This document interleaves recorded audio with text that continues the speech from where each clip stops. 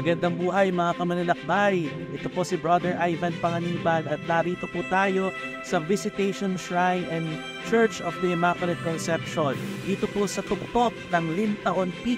Ito po ay isa po sa mga premier destinations po dito po sa lungsod ng Baybay.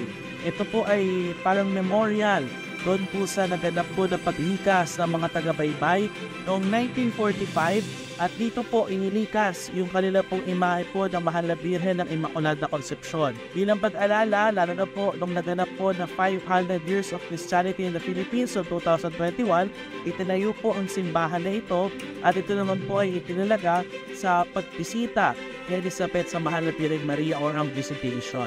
Ito po ay pinupuntahan po ng napakaraming pilgrims galing pa po ng Ormoc at iba-iba pa pong lugar at ito nga po ay kinoconsider po ng wedding church. Kaya po nakatutuwa po, sana po puntahan po natin ito, dalawin natin ang Visitation Shrine sa bayan ng Baybay. Manalangin tayo.